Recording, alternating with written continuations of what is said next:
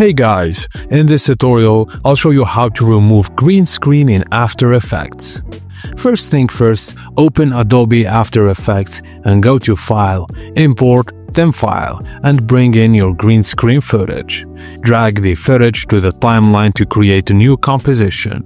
Now go to the top menu and click Window, Effects and Presets to open the Effects panel.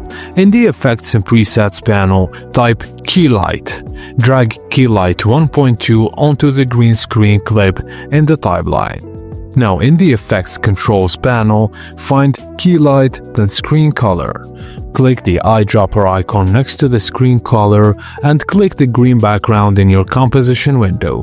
This green screen will disappear, making your subject appear over a transparent background.